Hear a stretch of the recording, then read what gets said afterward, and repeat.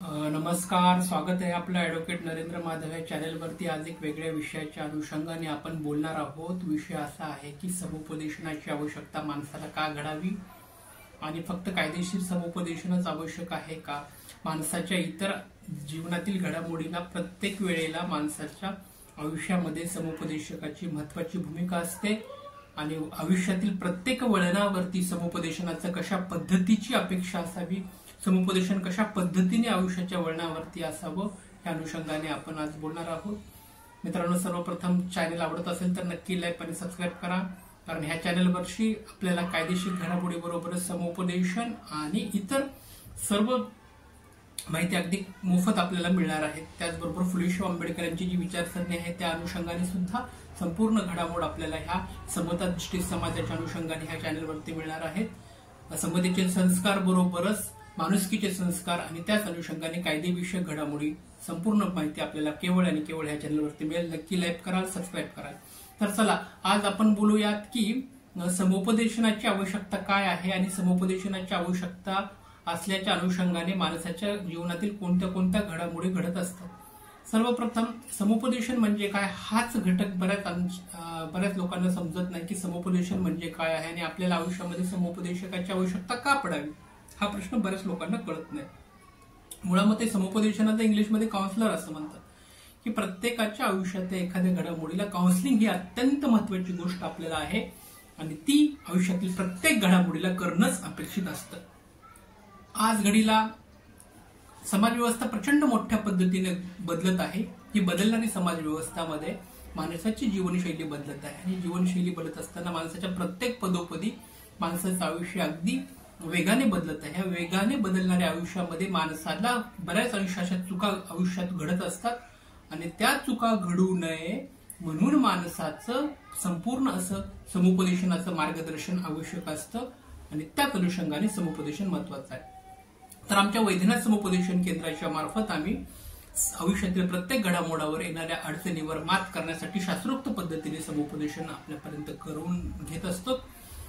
हे शास्त्रोक्त पद्धतीचं जे समुपदेशन आम्ही करवत असतो ते समुपदेशनाची जी पहिली पायरी आहे ते म्हणजे कायदेविषयक समुपदेशन, दुसरे म्हणजे विवाहपूर्व विवाहानंतर समुपदेशन, त्यानंतर विद्यार्थ्यांसाठी करिअर समुपदेशन, मानसिक समुपदेशन आणि त्याचबरोबर आयुष्यातील प्रत्येक घटकांवरती असणारे शास्त्रोक्त पद्धतीनं अडचणीवर मात करण्याची पद्धत म्हणजे समुपदेशन। ही सगळी माहिती वैद्यनाथ समुपदेशन या केंद्रामार्फत आपल्यापर्यंत पुरवण्यात येत असते।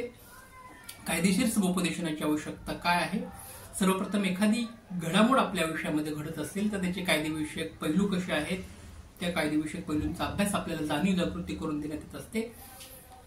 कोर्टामध्ये जाऊन बराचसा वेळ लोकांचा जात असतो, तो कोर्टामध्ये जाणारा वेळ वाचावा ह्या अनुषंगाने हे समुपदेशन केंद्र आम्ही चालवत आहोत।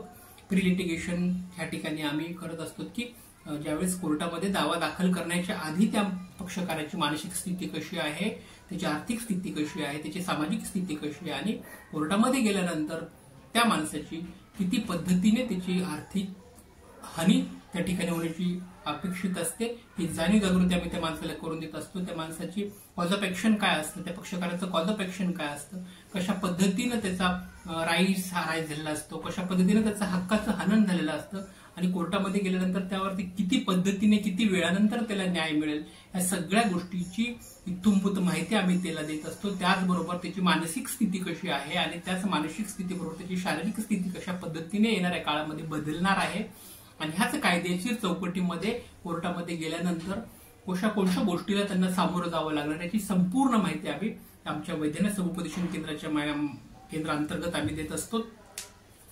वकिलांकडे ज्या वेळेला तुम्ही जात असतात त्यावेळेस वकील तुम्हाला तुमची केस घेत असतो आणि ती केस घेतल्यानंतर कोर्टामध्ये तुमच्या वतीने वकील त्या ठिकाणी उभा राहत असतो आणि तुमची बाजू कोर्टामध्ये मांडत असतो। आणि कायदेशीर सल्ला आणि समुपदेशन यामध्ये पण बराचसा फरक आपल्याला पाहायला मिळतो की कायदेशीर सल्ल्यामध्ये त्या कायद्यानंतर घडणाऱ्या घडामोडीच्या अनुषंगाने सल्ला देण्यात येत असतो, परंतु समुपदेशनामध्ये कायदेशीर सल्ल्याच्या बरोबरच तुम्हाला तुमच्या मानसिक शारीरिक स्थितीचा अभ्यास करून तो जो मूळ आहे त्या समस्येच्या मुळाशी जाऊन त्याची इत्थंभूत माहिती शास्त्रीय पद्धतीने करून देण्यात येते, त्याला समुपदेशन असं म्हणतात। आणि त्याच अनुषंगाने जर समुपदेशन तुमचे या समुपदेशन केंद्रामध्ये चांगल्या पद्धतीने झालं तर तुम्हाला गरजच पडणार नाही की तुम्ही कोर्टामध्ये जाल आणि तुमचा होणारा वेळ, व्याप आणि त्यानंतर तुमची मानसिक स्थान मोठ्या प्रमाणात थांबण्याची शक्यता नक्कीच वैजनाथ समुपदेशनच्या अनुषंगाने होत असते. दुसरा आहे की विवाहपूर्व आणि विवाहानंतर समुपदेशन. विवाहपूर्व समुपदेशन का आवश्यक आहे, तर विवाहपूर्व समुपदेशन आवश्यक आहे की विवाह जुळवताना बऱ्याच अर्थाने आई, वडील, पालक यांचा जो महत्वाचा दुवा असतो, महत्वाचा जो घटक असतो, तो विवाह जुळवत असताना बऱ्याच गोष्टीचा सार्वजनिक अभ्यास त्या ठिकाणी झालेला आपल्याला दिसून येत नाही.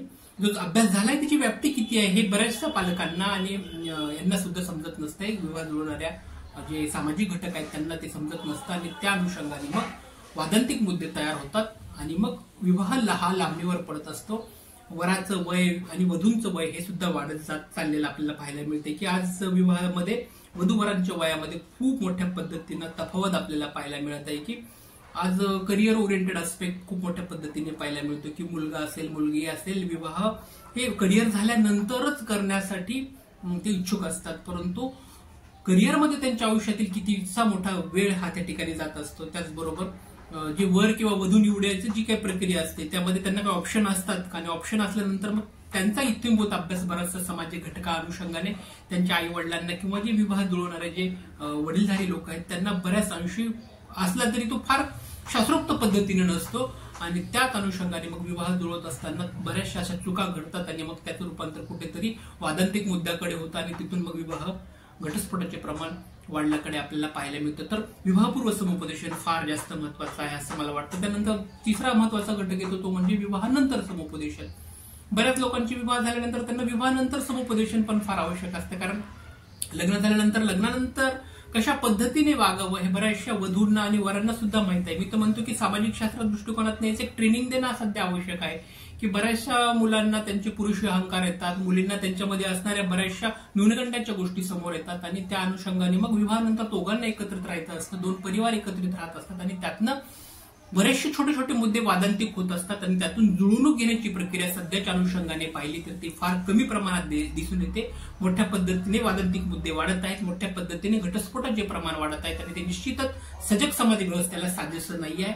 हा समाज व्यवस्था आपल्याला सजग बनवायची असेल, सुरक्षित बनवायची असेल आणि सुंदर बनवायची असेल तर आपल्याकडे घटस्फोटाचं प्रमाण मोठ्या प्रमाणावर जे वाढले आहे ते कमी करावं लागेल आणि मोठ्या प्रमाणावर घटस्फोटाचं प्रमाण जर कमी झालं तरच आपली विवाह संस्था टिकेल आणि जर आपली विवाह संस्था टिकली तरच आपली कुटुंब व्यवस्था टिकेल आणि कुटुंब व्यवस्था टिकली तरच आपला देश टिकेल आणि त्यासाठी आवश्यक आहे आपल्याला आपल्या मनामध्ये असणारं संस्काराचं शास्त्रोक्त पद्धतीने समुपदेशन करणं, समजून घेणं आणि त्याच पुढे आपल्या आयुष्याचं जीवन व्यापन करणं. ही अशी विवाह समुपदेशनाची प्रक्रिया आम्ही विवाहपूर्व विवाहानंतर समुपदेशनाच्या अनुषंगाने करत असतो. त्याचबरोबर विद्यार्थ्यांच्या जीवनामध्ये येणारी एखादी अपयशाची घटना त्यासाठी विद्यार्थी समुपदेशन सुद्धा आवश्यक असतो. एखादा विषय त्यांना आवडत असेल, एखाद्या विषयामध्ये त्याची रस आहे का आणि रस असल्या कारणातही तो सक्सेस का बरं होत नाही. बऱ्याचशा विद्यार्थ्यांना जर मॅथमॅटिक्स आवडतं म्हणून तो विषय घेतात आणि बऱ्याच अंशी मॅथमॅटिक्स आवडत नाहीत म्हणून विद्यार्थी करिअरपासून लांब पडतात. तर आवड का निर्माण होते, आवड का निर्माण होत नाही हे बऱ्याचशा अनुषंगाने पालकांना सुद्धा माहीत नसतं. त्याचं सुद्धा समुपदेशन आम्ही ह्या केंद्रामार्फत करून घेत असतो. आपल्या सर्वांना विनंती आहे की ज्यांना कोणाला विवाह समुपदेशनाची, त्याचबरोबर करिअर ओरिएंटेड अस्पेक्ट समुपदेशनाची आणि त्याचबरोबर कायदेविषयक एखादी घडामोड असेल त्याचंही समुपदेशन आपल्याला आवश्यक असेल तर निश्चित आमच्याशी संपर्क साधा. आम्ही तुमच्या प्रत्येक घडामोडीचं निराकरण करण्यासाठी या ठिकाणी अवेलेबल आहोत. व्हिडिओ आपल्याला आवडला असेल तर नक्की लाईक कराल, सबस्क्राईब कराल. धन्यवाद.